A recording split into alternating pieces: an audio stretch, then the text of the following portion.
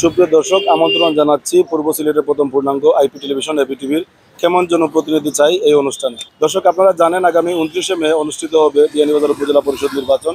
এই উপজেলায় এবারের নির্বাচনে 9 জন প্রতিদ্বন্দ্বী প্রার্থী চেয়ারম্যান পদে এবং 8 জন প্রতিদ্বন্দ্বী প্রার্থী ভাইস চেয়ারম্যান পদে এবং 4 জন নারী সদস্য রয়েছেন যারা নারী ভাইস চেয়ারম্যান পদে প্রতিদ্বন্দ্বিতা করছেন।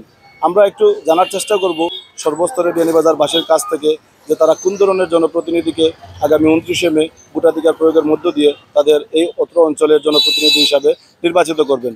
সাথেই থাকুন।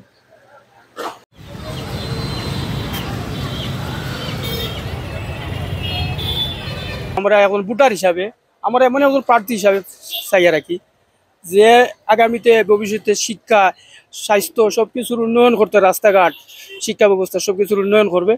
তারা আমরা এখন এই ধরনের এখন প্রার্থী আমরা বেছে নিতে চাই আগামীতে, যেমন স্মার্ট বাংলাদেশ করতে পারে এবং ডিজিটাল বাংলাদেশ করতে পারে। সেই হিসাবে আমরা এখন এমন ব্যবসা বাণিজ্য করতে পারি বা স্কুল কলেজ মসজিদ মাদ্রাসা অনুদান করতে পারে। এ ধরনের এখন প্রতিনিধি আমরা চাই আর যে এলাকা থেকে এখন বাঁচিয়া লোক সবাই সুখে দুঃখে সবার সময় থাকবে। ভোট হইল কি একটা আমানত, আমরা নাগরিক অধিকার। আমরা ভোট প্রদান করতাম এমন এক প্রার্থীরে যারে আমরা সুখে দুঃখে সবসময় পাই। যেমন দরকার আমার একটা বিপদ পড়ছে বা যে কোনো দরকারে আমার লোকে যদি তানরে পাই, ওলাকান মানুষ আমরা নির্বাচিত করা দরকার। এমন একজনে নির্বাচিত করলাম, খালি তাইন নিজরটা লইয়া আসুন, এলাকার মানুষ আমরা নির্বাচিত করতাম না। সবার কাছে একটাও আবেদন, যারা নাগরিক বিন্দু আসুন সবাই সচেতন মহলের কাছে একটাও আবেদন, সবে ভোট দিতা। এগুলো পবিত্র আমানত, আমরা এগুলো নাগরিক অধিকার।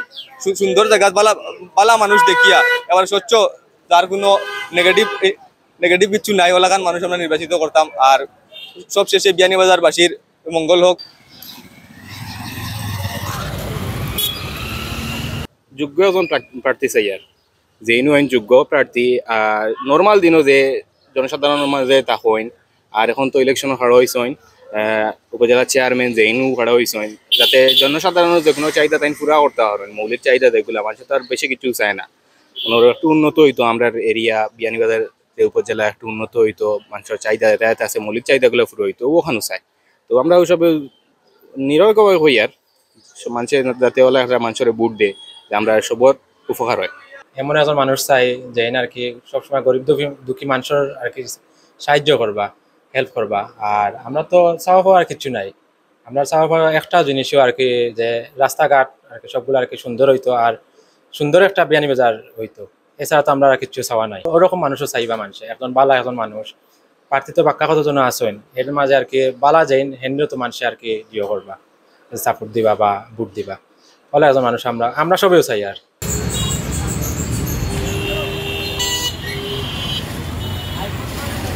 নির্বাচনও তারা চেয়ারম্যানও হারা হয়েছেন।